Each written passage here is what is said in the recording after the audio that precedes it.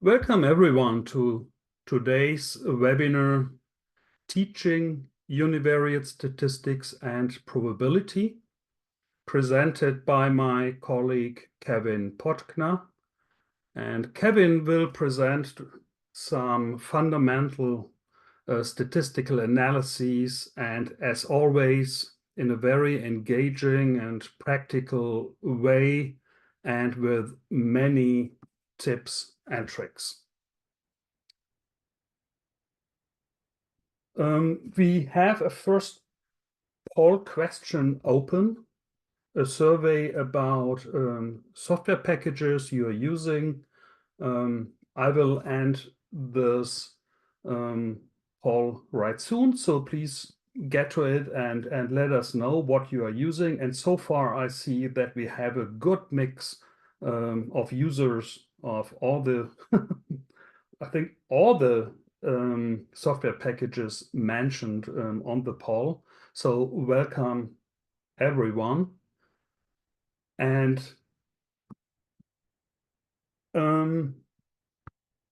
you see the next webinars right now, and the only thing for me to mention is that we welcome you to ask your questions as well. And I just ask you to use the Q&A window for this. And I will try my best to answer your questions online, or we will also have a chance to get some answers from Kevin during this session.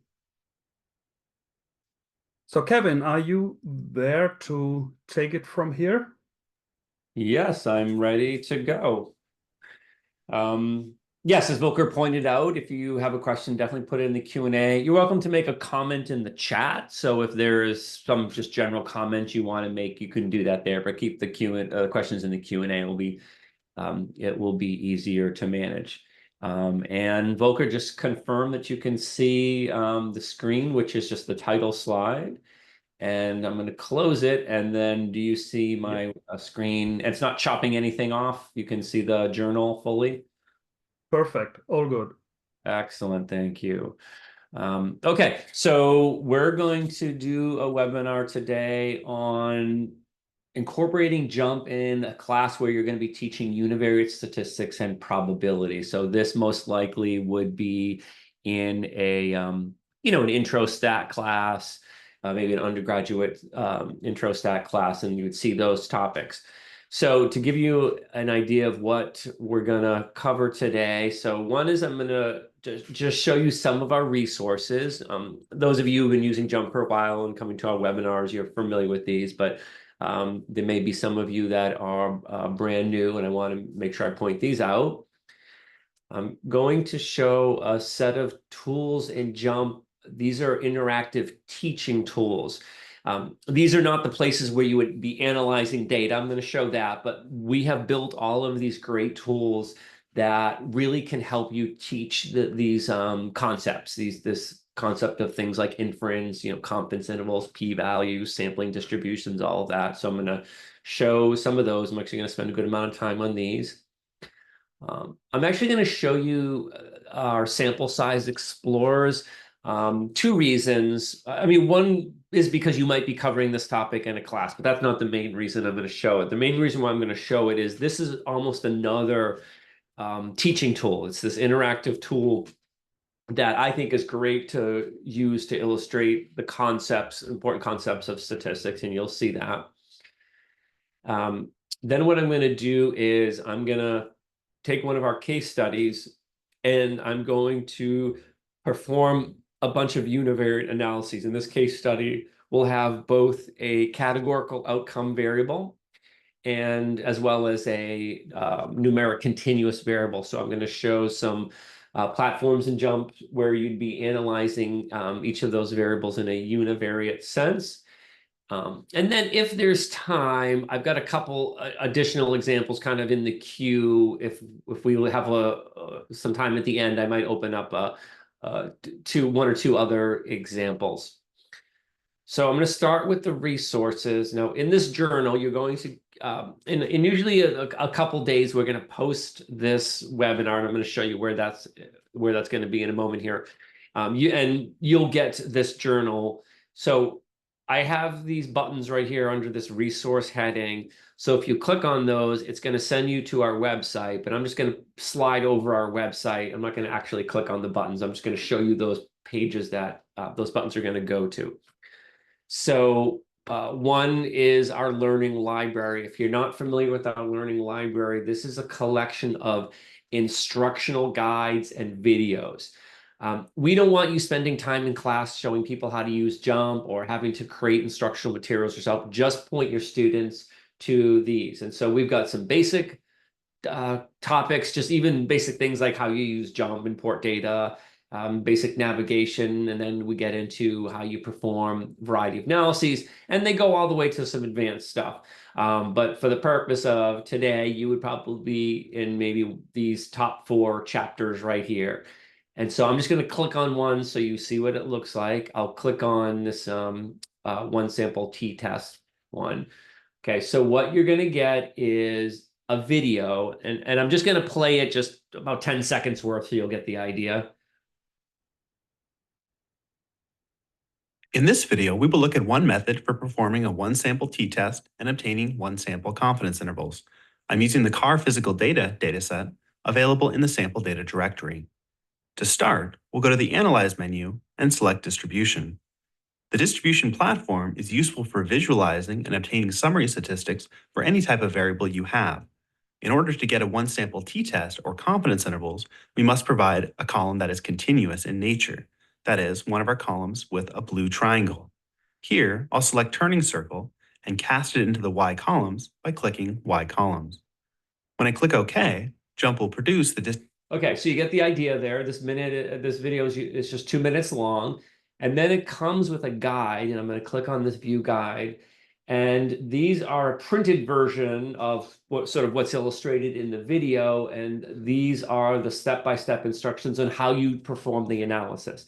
Now, these are not meant to teach what a t-test is and all of the options under the distribution menu, which is a platform we use for this. They do some of that, like I can see in this particular one, it's interpreting some of the results of this example it's showing, and it's talking about different options you can do. But this is not meant as a comprehensive coverage. It's literally meant so that you can point your students to these guides and these videos. If, okay, this week we're going to cover the one sample t-test, or this week I'm going to need you to make some scatter plots, and then you just point them to these guides, and they will have the instructions, and you don't have to bother creating that. We also keep these updated every version. So version 18 came out at the beginning of the spring, and we updated these to version 18. So every time a new version of JMP comes out, we update these, so you don't have to worry about that. The other resource that's in that journal is a link to our webinar library, and this is where you're going to see the particular webinar we're doing today. We're going to post that here, and same thing, we have basic concepts all the way to some advanced tools. Now, the audience for these are teachers, similar to what I'm doing now. It's okay, you're going to be using JMP teaching. Let's show you how you incorporate that in your class. So they're great for you if you need to learn how to do particular analyses in JMP. But it could make sense to send your students to some of these, right? Or sections of a particular webinar. Again, this is a resource that you can use to help your students have the instructions. So maybe you can send your students to a particular webinar and be like, hey, watch this webinar from minute 20 to minute 30. This is going to show, demonstrate some analyses we're going to do in class this week. So you might find these useful for students as well. The other resource that is I'm pointing you to is our enhanced data set. So these are a collection of data sets, and I'm just going to open up one so you can see what these are. So basically, there's a storyline. Well, it also shows you the JMP tools JMP tools and statistical techniques that are being used in this case study. This one happens to be about a sensory consumer research tests where they're testing to see if kids that are this particular soft drink, if they can detect a difference. But you'd read the storyline here, and there's a description of the experiment and how the data was collected, a description of the variables, and then there's a bunch of exercises with jump instructions. So you can see it's also got the instructions, but it kind of posts a lot of questions that we might want to try to answer with these data, and does so, and then shows the jump instructions. So you may use this in class just to demonstrate a topic you're teaching, but you also may choose to use this as a student assignment, right? Because it's got these exercises here at the end, and so you can do that, and that's another good use of it. And then we have our case study library, and so this is a collection. I think we have over 60 now. Let me say, yeah, 62 of these. And I'm going to use one of them in today's webinar, so I won't open up these now, but I'm going to open up one later. But you'll see it's kind of like the enhanced data sets, but it's a bit bigger in the sense that it actually starts analyzing some data, interpreting results, showing the jump instructions. So it's a little bit more thorough than the enhanced data sets. And then at the end, there's exercises. So it's similar to the enhanced data sets in that way. But you'll see, and I'm going to open up one when I get to analyzing data. You'll see what they look like. So I just we have more resources. Actually, in fact, a good way is if you're looking for a particular topic, whatever it is, you just go up in the search bar on the upper right of our website. So I'll just type something. Let's say you're going to be doing a ANOVA and you want to see what resources we have.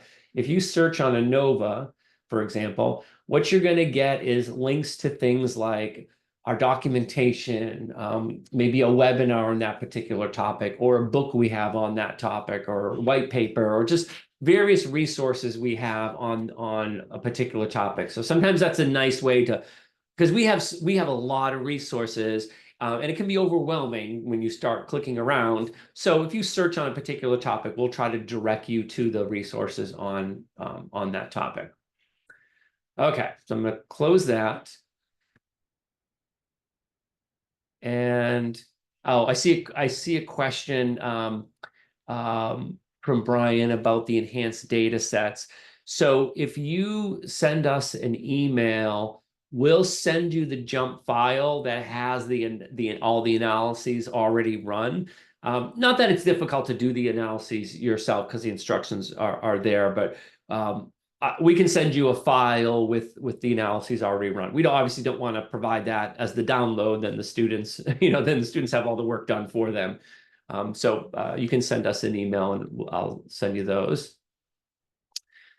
Okay, so now I want to show some of JMP's interactive tools.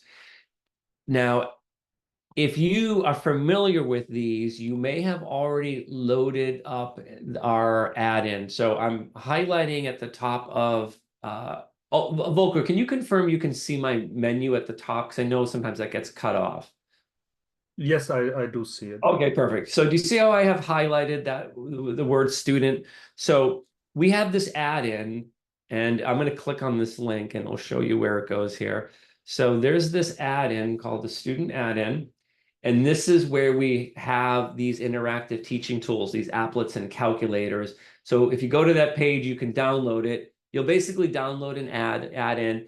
It'll be on your machine, and then you just basically there'll be an icon for it, and then you just take it and drag it on top of the JMP, the actual software icon, and it will load it. And when you do, you're going to have this student menu sitting there. Some of you might already have that. Okay, so when you get this journal, just click on that link right there. So I'm going to show some of these. I'm not going to show them all, but I'm going to show some of these, especially the ones relevant to univariate statistics. Okay, so let's go. Let's see, which one do I want to do? I will do this distribution calculator. I'll show this one first.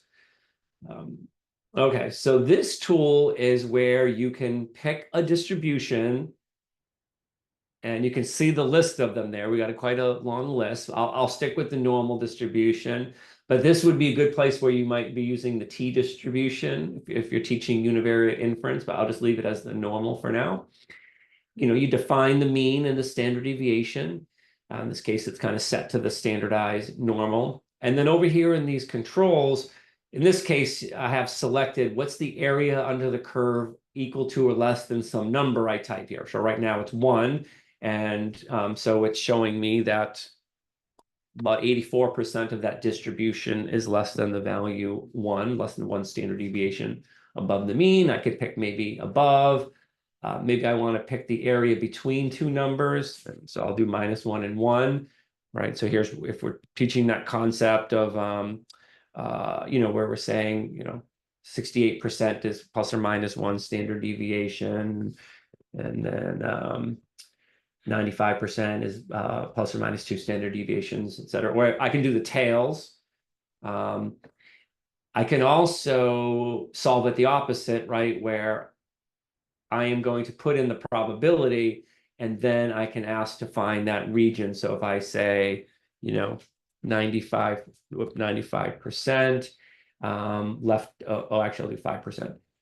5% left tail probability, then it's going to come back, right, and tell me that value. So you may find this tool very very handy for teaching that concept of a distribution. Again, for example, you might be going to the t-distribution, you give it the degrees of freedom. And this might be where you show the similarity between the t-distribution and the normal distribution, especially as the t approaches the normal as the degrees of freedom get larger. So this could be a common tool that you're going to use. Let's see. I'm going to do. Let's do this. I'm going to use some of our calculators. I'll do the first one here. Confidence interval for the mean. Okay. Now, the way what I'm going to show you here, it's not the way you typically analyze data in JMP, but you can either load up some data, or I'm going to use summary statistics and click OK. And basically what you're going to get is a calculator that allows you to manually type in this case, the summary statistic values, and then it will produce a confidence interval. So I can choose the Z or the T distribution, for example. I'll choose the T because that's the most common approach. And I'm going to type in some summary statistics. So let's say I took a sample of size, just pick something here, 25. And let's say I got a mean of 10 and a standard deviation of 2. And then I pick the confidence level. And then when I hit OK, I'm going to get, you'll see the actual confidence bound values, a little visualization to show it. It also shows you the standard error of the mean. You can see the T multiplier. So again, this is not how you analyze data in JMP. I'm going to show you that a little bit later in the webinar. But you for the purpose of teaching, you may find these very valuable. The favorite thing I like to do when I'm teaching concepts like this is I'll play a little game. I'll change something. So for example, I might say to the students, okay, what if I got a sample mean of 10 and a sample standard deviation of 2, but instead of it coming from a sample size 25, it came from a sample size 40. And then I try to get the students to, what's going to happen to that confidence interval? Now, it's not that they're going to be able to guess the values, but they should be able to guess that interval, and when I hit return, you'll see it, that interval will get more narrow, right? Of course, because we can estimate the mean more precisely the larger the sample size is. Or what if we get that same mean of 10 from a sample size 40, but now the standard deviation is 4, it's twice as big. What's going to happen to that interval? And again, students should know, like, okay, well, it should get wider. And then you can kind of see this. So this is a way you can change something and then watch what changes in the answer. Same thing, or what if we want to be more confident? What's going to happen? Right, so we know the interval is going to get wider. I can scale this. The interval is going to get wider because we're trying to be more confident in our estimate. So you may find this a very handy tool to help students understand what a confidence interval is. And a very similar tool we have, you can see we got confidence intervals for proportions. We also have confidence intervals for comparing means and proportions and variances. And we got corresponding ones for hypothesis tests. I'll just open the one for the mean. Same thing, you can load up data or choose summary statistics. And this is going to look very similar. I'm going to type in some summary statistics value. So let's say we're doing a t-test. I can define if it's two-tailed or one-tailed. And let's say we're testing a hypothesis that the population mean is 10. We go out and I'll take a sample of size 25. And let's say the sample mean came in at 9. Let's say the standard deviation came in at 1.5. I'm going to choose my significance level and I hit return. And then I'm going to get the standard error, the test statistic, what is the critical value, and then the p-value. So same concept. You can go in here and change these numbers and then see if you can get the students to guess what's going to happen next. So these are great to use in class, but they're also great. I do stuff like this a lot where if a student is really struggling with a concept, like what is understanding what a p-value is or confidence interval, I'll direct them to a tool like this and just say, you know what? Just sit down tonight, spend a half an hour playing with this tool and changing numbers. And I guarantee you're going to get the concept when you see how things change. And so I think these are a good tool for that purpose too, is have the students play with it on their own. Okay. Let's see, what's another one I'm going to do? Oh, you know what? These two right here, p-value and power, I'm going to show those in a different place. I'm going to wait till I'm analyzing data because I can access them there. And that's going to be a little bit more useful. So I'm going to wait on those two. But the next one is getting students to understand a concept of a sampling distribution. So I'll pick this one here, sampling distribution of the mean. So you can pick just sort of general distribution. Is it normal or is it skewed right or is it uniform? You can also load some data. So this is a good way if you're, say, teaching the central limit theorem, right? You're going to try to show that even if I start off with a skewed distribution, that the sampling distributions of the mean starts to take on that normal shape. So you define the mean, you define the standard deviation, you define a sample size, and when I hit draw sample, it's going to draw a sample of 25 observations. I can see the mean and the standard deviation of those 25 observations, makes a histogram, and then down the bottom here, it's plotted the sample mean value. And it's just one of them, so that's the reason why there's only one value there. So every time I hit draw additional samples, it's going to take a sample of size 25. Again, it's going to get a unique mean and standard deviation. I'm going to see the actual values in the histogram, and then it's going to plot the mean down the bottom. So you can just kind of click on these, or what's nice is you can speed this up. So I'm going to put 50 here. So I basically said, okay, take 50 samples, each of size 25. And I'm also going to click animate this because you'll see what happens. When I hit draw additional samples, it's going to quickly take 50 samples, each of size 25, and plot the mean down here. So bing. Okay, and I can keep on hitting this. And so now we're seeing what's happening with the sampling distribution. And same concept, you can maybe go up here and change like the standard deviation, or you can change the sample size and watch and make comparisons. Well, how does that sampling distribution compare to this one? And you may have saw when I had the menu down, with the sampling distribution of the means or sampling distribution of proportions. Now I'm going to show, I'm going to actually show this confidence interval simulator here. This one I really like. This is one of my favorites. Again, you have a student struggling with confidence intervals. They can't quite get the concept. This tool you'll see will very much help. So define the mean of the population, the standard deviation of the population, same thing, sample size, confidence level.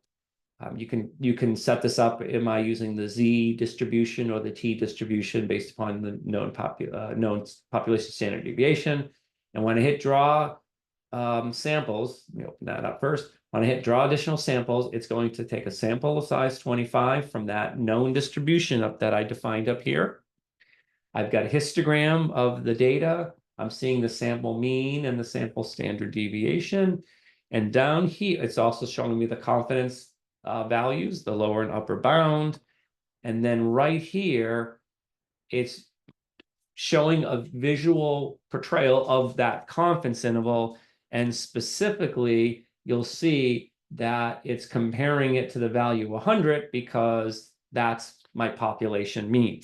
So I can see if that, in this case, that interval has correctly guessed the population mean of 100. And keep an eye down here, because what's going to happen is that every time I draw a sample, you see it's going to do that same process. Sample size 25 and create, oh, there's one that missed right there. So if it misses the value of 100, it's going to show it as a red bar. And I can just click on this one at a time, or I can speed this up. So I'm going to type 50. I'm going to animate it. So when I hit draw additional samples, you'll see it's going to take 50 samples, each of size 25, and plot the confidence interval. So watch it animate. Oh, there's another one that missed, another one that missed. And what you're trying to get your students to see is that in the long run, 95, it should start converging to 95%. You can see it floating around 95. So 95% of the confidence intervals are going to contain 100, and about 5% are going to miss. So same thing, when I had a student who just is really, really struggling with the confidence interval concept, like play with this tool, change numbers. Like, what if I change the sample size? This is one where it's pretty common students screw this one up. When you collect more data, then they think the intervals are going to be guessing the mean more frequently, but that's defined, of course, by the confidence level. So do things like that. Change the confidence level, change the sample size, change these different values, and watch what happens. So I think a great tool for demonstrating for sure. And we also have a similar tool for doing hypothesis test. And same thing, every time you hit draw sample, it's going to, in this case, it's going to perform a t-test, testing if the population, in this case, I define the population mean under the null hypothesis to be 100. And in this case, the population mean really is 100. So it's in this case, it's true. And I'm just going to speed this up here. And basically what you're going to see is down the bottom is the distribution of the test statistic under the null hypothesis, right? Because the null hypothesis in this case is true.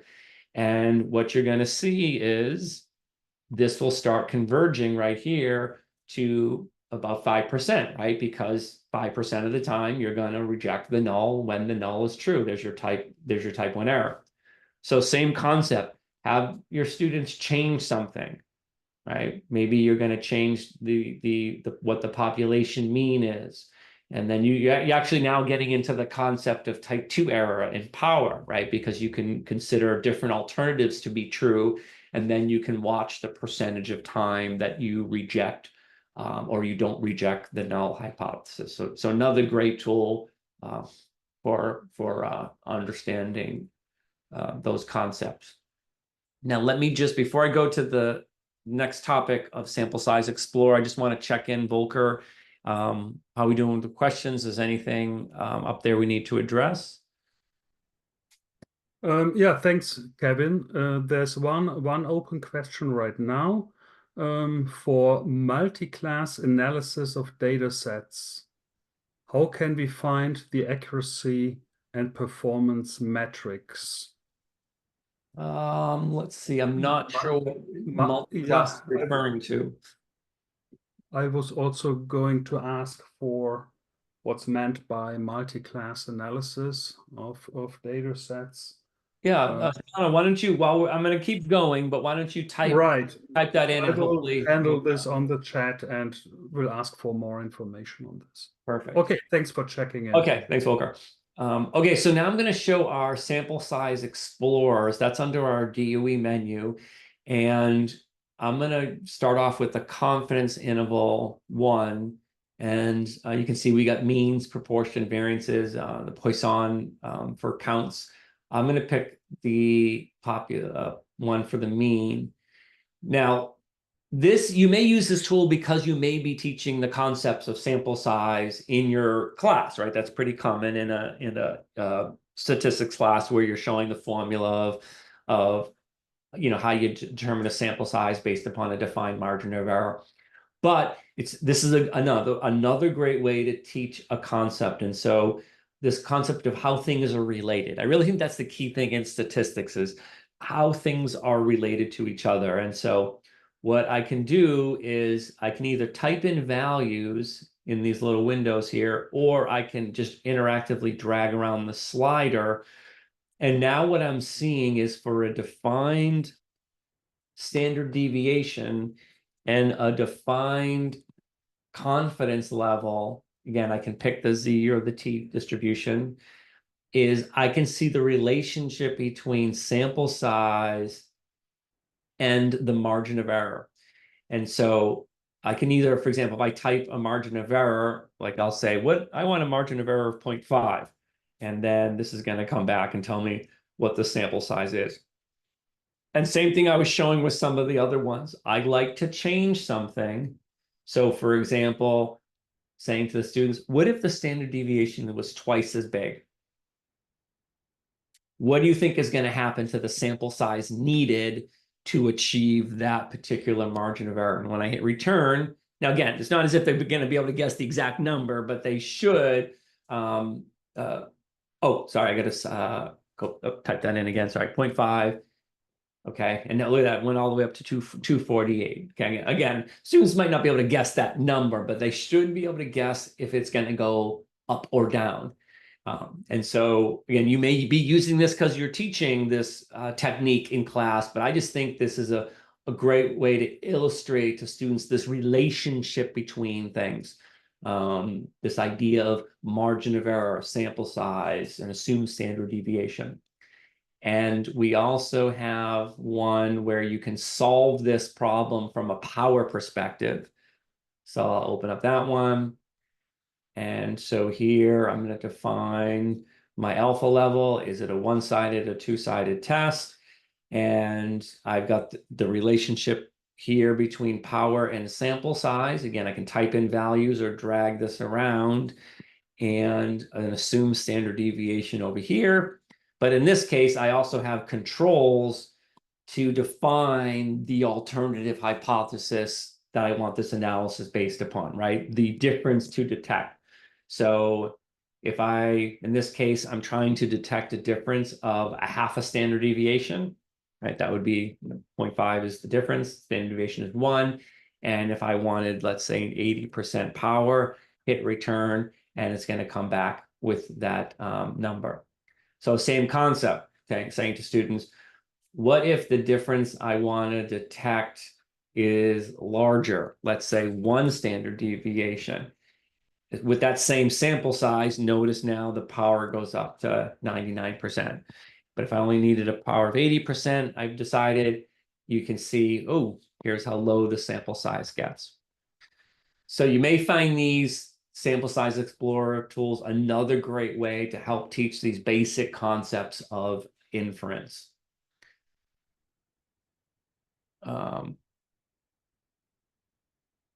Now I see someone's asking about the sample size for reliability.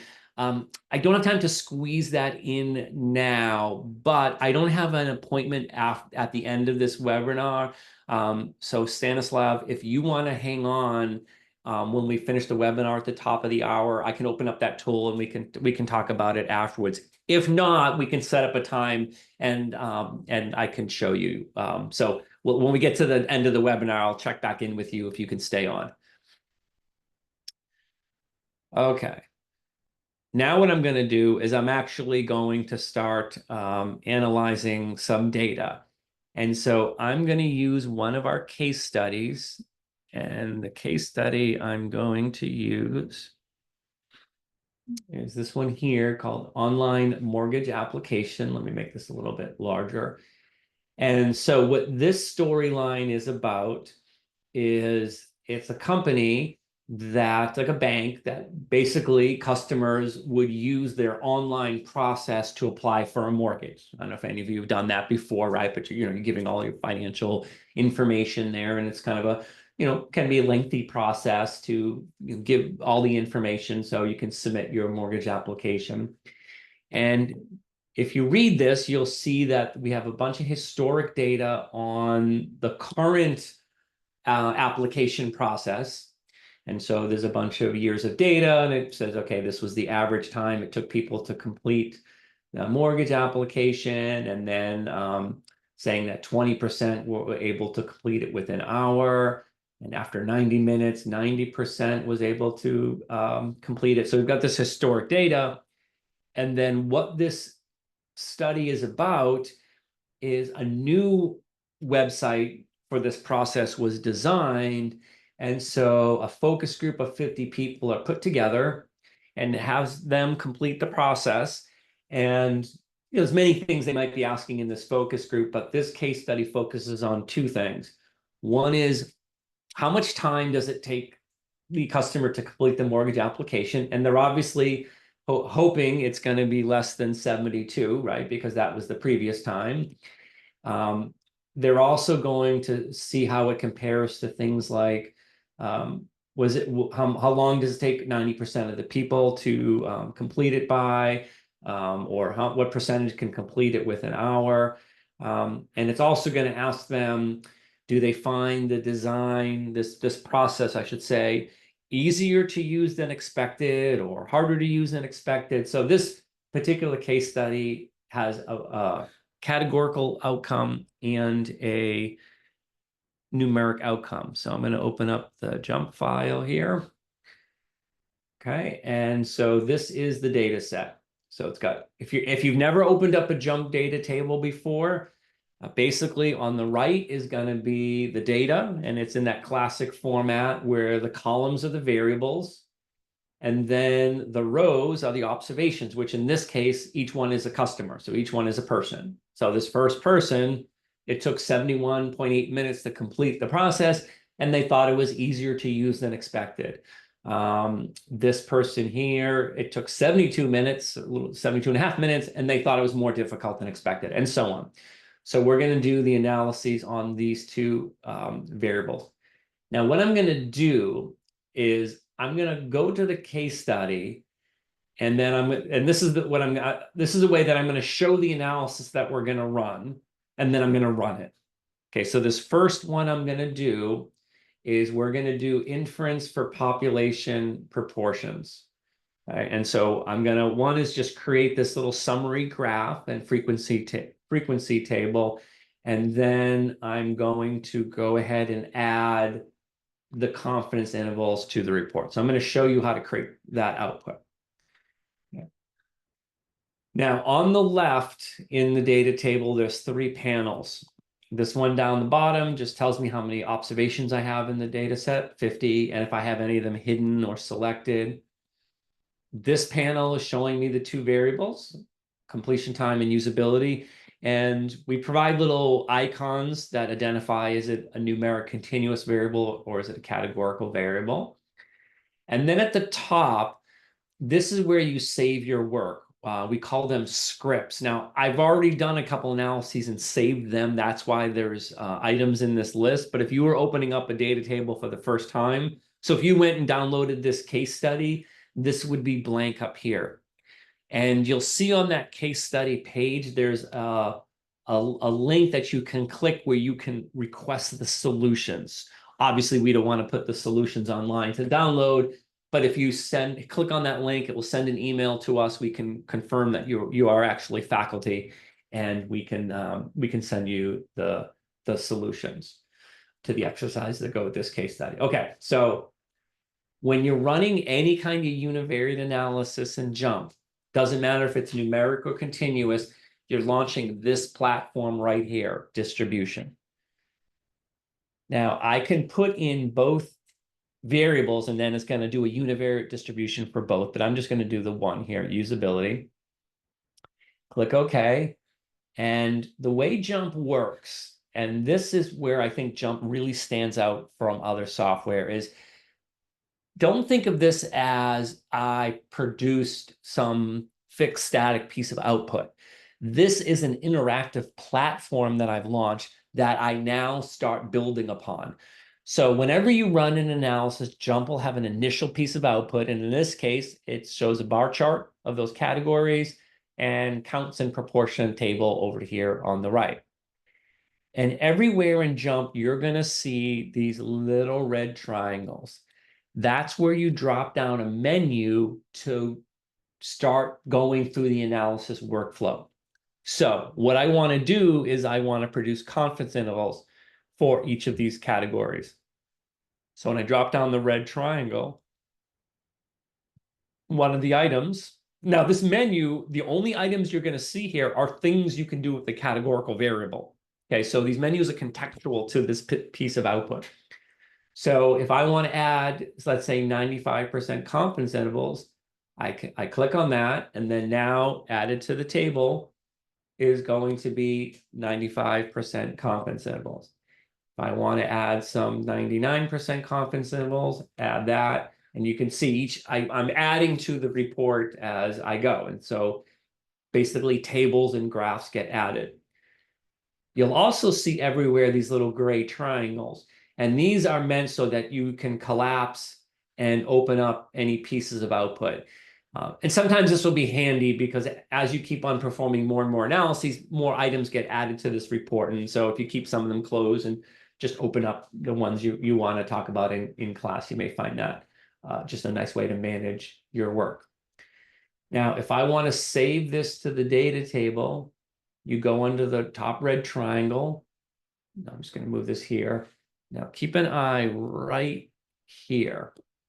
So I go under the top red triangle. I say save script to data table. I give it a name.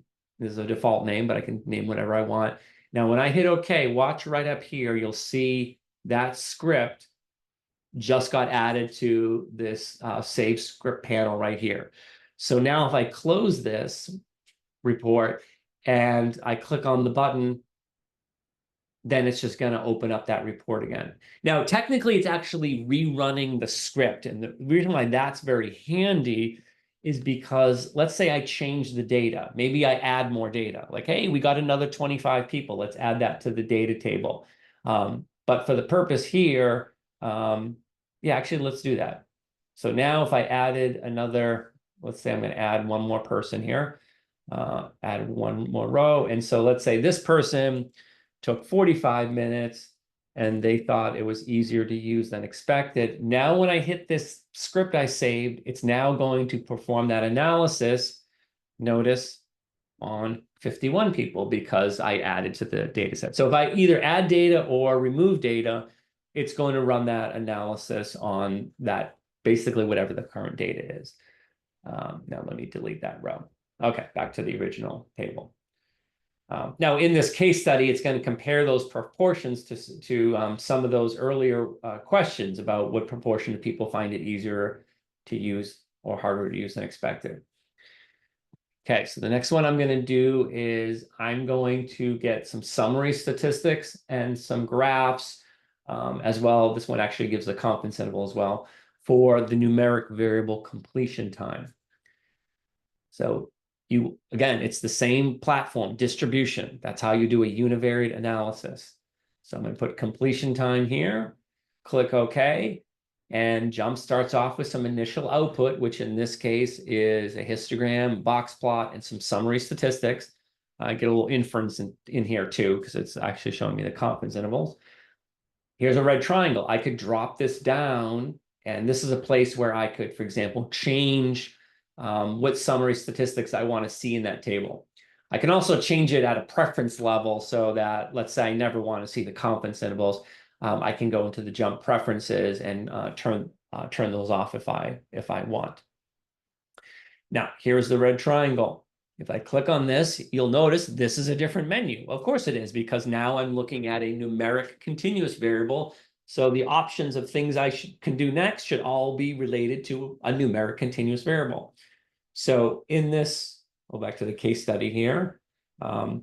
it starts off with, well, let's assess if the normal distribution is a good fit to the data. So I'm going to add a little probability plot. I'm going to get, I can fit a normal distribution and compare the empirical CDF to the cumulative distribution function of the normal. I'm also going to do a hypothesis test, testing the assumption that the normal distribution is a good model to use. So I'm going to produce those two pieces of output. So if I go under here, for example, I can say, oh, give me a normal quantile plot. And so now that graph gets added to the report. If I want to fit a distribution, I can go down here and say continuous fit. And there's a whole bunch of distributions I can fit, but I'm going to pick normal. And when I do that, it's going to superimpose the normal distribution over that histogram. Oh, all these graphs you can resize. If you just grab the corner here, you can resize it. You can also move it around. You can also rescale it. So all the graphs are interactive in that way. Now I could fit other distributions and then I can kind of compare them because I can click back and forth to see the distributions fit to the data. And then now over here, I'm going to see the results of fitting the distribution, which in this case is showing me the estimates and then confidence intervals for each. So now I get the confidence interval for the standard deviation. Here's another red triangle. If I drop this down, these are all things you would do next when you fit a distribution. So for example, I can do a goodness of fit test. When I click on that, here's my goodness of fit test that gets added to the report window. I can do some like the profiler. So I'm going to open up the distribution profiler and I can make this bigger if I want. Now I can drag around. So this would be the tool I might use to see what proportion of people can complete the application by certain time frames. And then I get the estimate plus a confidence interval there. Okay. What else could, I could do quantile graphs. So here's something too you can do in some reports. I'm actually going to go over to this top left red triangle and click stack. Okay, so now I can do it this way. So maybe instead of going across the screen, I can kind of create the reports going this way. Same thing, you can close up these little windows. And so maybe you want to kind of keep it simple like that. And then you can just collapse or expand any table or graph you want. Again, I can resize any of these things. If I want to save this to the data table, top red triangle, save script, data table, give it a name, and when I hit OK, that it's going to get added to the data table. So let's keep on moving along in this case study. The next thing it does and demonstrates in this case study is testing the hypothesis if the mean is 72 or not. Remember, that was the historic average, and so we're hoping this new design, it results in us believing that the average time is less than 72. And so one of the items here under the red triangle is test mean. You type in the value 72. This is where I can choose the Z or the T test based upon if I want to assume a standard deviation or not. I can even do the non-parametric from here by clicking this. I won't do that. I click OK, and then here gets added the results of a t-test. Now you don't have to define ahead of time if it's a one-tailed or two-tailed test. It's got to print out the p-value for each of those scenarios. Now I mentioned earlier that we have these interactive teaching tools called p-value and power. And I told you I'd do it later, so I'm going to do that now. So under this red triangle, I'm going to open up this thing called p-value animation. Now what I can do is I can type in assumed value, sorry, the hypothesized values. I can type in the sample mean I get, sample standard deviation, and sample size. Then I'm going to get the distribution here of the test statistic, and I'm going to see where did my sample mean lie relative to the distribution of the test statistic under the null. And then I can drag this around or type in values. And so watch as I drag this around, I'm going to start seeing the shaded region, okay, start to appear. And again, you can do this as a one-sided, we're doing a one-sided test here, so this would make more sense. So again, so I can go in and type numbers. So I'll go back to type 72. That's the null. And I can say things like, well, what if the mean we got was 65? What's the p-value for that one? So you can go down here, keep an eye on the test statistic and p-value. Or what if we got a sample mean of 67? What if we got a sample mean of 68, right? So I'm seeing that p-value change each time, or maybe I can change the standard deviation. So this is another great tool to help students understand this concept of a hypothesis test and a p-value. And another one we have here is power. So now I can go in and consider different alternatives. What if the population mean is really now 65? And so now I'm getting the distribution of the test statistic under the null, the distribution of the test statistic under the alternative. And now I'm seeing the type 1 and type 2 error, and also equivalently power. So I can either type in values, or I can drag it around, and now I'm seeing those shaded regions to help me explain to students what the concept of a type 1, type 2 error is, and power.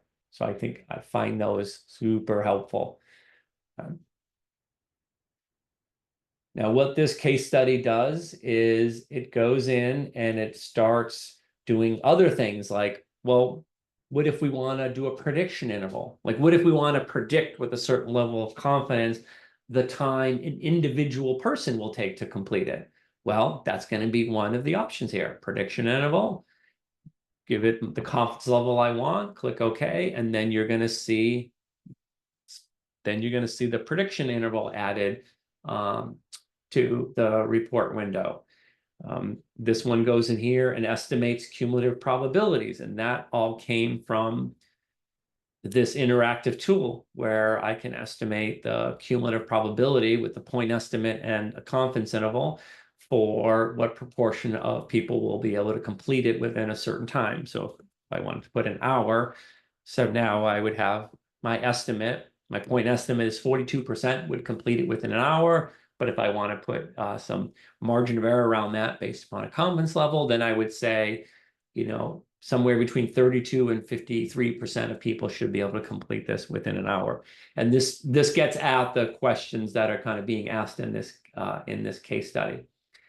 And there's a couple other analyses that are done here. One is to estimate quantiles, right? So that's where you're going to type in this case, it's typing in 90%. So, what time, how many minutes will it take for 90% of the people to complete it by? And so you're basically solving the problem the opposite way we just did. So you're giving up the probability and you're getting the time.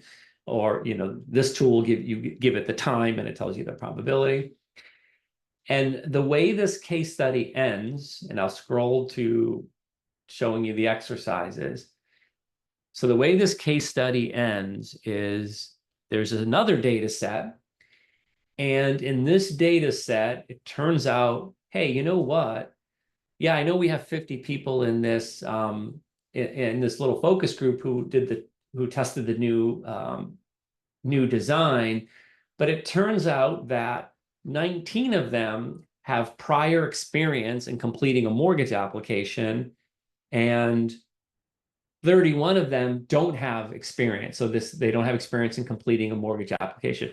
Well, that could mean something. You would think with people with prior experience, it's going to take them quicker to do it, regardless if it's a new website or not. But they also may have a different opinion of if it's easier to use or harder to use than expected. So what the exercises are in this case study is, and again, you can do this as an assignment for your students. It says, okay, go in here and do, now it doesn't do two sample comparisons. What it's basically going to do is for each sample, right? We have a sample of 32 people that have no experience and a sample of 19 people that do have experience. Do univariate inference to those respective populations. And basically the students will do all the analyses that we demonstrated. So they're going to do analyses on the proportions of people about the usability. They're going to do analyses on the completion time, confidence intervals, assessing the distributional fit, prediction intervals. So they basically duplicate all these analyses, but now they do it for these two groups. And again, when you go to the case study page on our website, there's a place you can click a button, say request solutions, and then we'll send you the solutions to these exercises. Okay. Now, as I mentioned, let me close these up, go back to the journal here. As I mentioned, there's 2 additional data sets. We don't have time to go into them, but when you get this journal, one of them is a case study and one of them is an enhanced data set. And this first case study, this is studying a food manufacturing process where I think it's got 6 different production lines making yogurt, and you're assessing basically the pH. But what's nice about this case study is when the students look at the data, and I'll open it up here just to show you. When the students look at the data, they're basically comparing each production line to specifications on the process.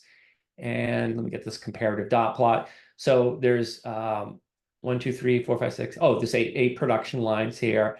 They took a sample from each and they're comparing them to each other and to these target and specifications. And the case study asks the students to do inferential statistics, right? So confidence intervals and hypothesis testing. But I don't call it the trick to it, but the part about this case study that's interesting is when they look at this data, and I'm looking at a time series plot right now, when they look at this data, they're going to see some of the data from the production line. I'm just clicking through different production lines. You're seeing the time series plot over there. Some of them, like this one here, it kind of looks like the data starts about here, and then right around here, maybe it shifts up to here. Here's one here that's got a couple outliers. Okay, this one here has a very obvious pattern like this. And so what this one's about is, and it's got all different scenarios. Sometimes the variation is good, but it's off target. Sometimes the variation is good and it's on target. Sometimes it's variation is a little large and it's off target, or it's on target, variation large, etc. So what this exercise is tries to get the students to get is that there's some of these production lines that it's not actually a good idea to do inference. It's fine to analyze it and look at it, right? You can look at this production line to see how it did, but it wouldn't make sense to use this sample of data to do inference to something larger from this production line, because this sample does not seem that it's going to be predictive at all. And so the exercises are about just selecting the ones that you can do that to. And then this one here, this enhanced data set for bone plate durability. This one is studying a test that was done on these bone plates. And basically there's a device that's using where it's basically putting force on these bone plates, and it basically is oscillating, trying to simulate bending. And the data is all about the number of cycles until that bone plate fails. And there are 3 different bone plates. And so you're doing analyses on these 3 different groups and comparing them. But now you're probably not covering this topic in an intro class, but this data is censored. So there are some bone plates, actually almost half of them, that were tested to 5,000 cycles and they didn't fail yet. So it's censored data. Though, you know, you could do some inference on proportions here, right? You can just do proportions that they fail or don't fail by 5,000 cycles, but it's more appropriate to use our reliability life distribution tool platform to build a model to this data that is censored and make estimates from there.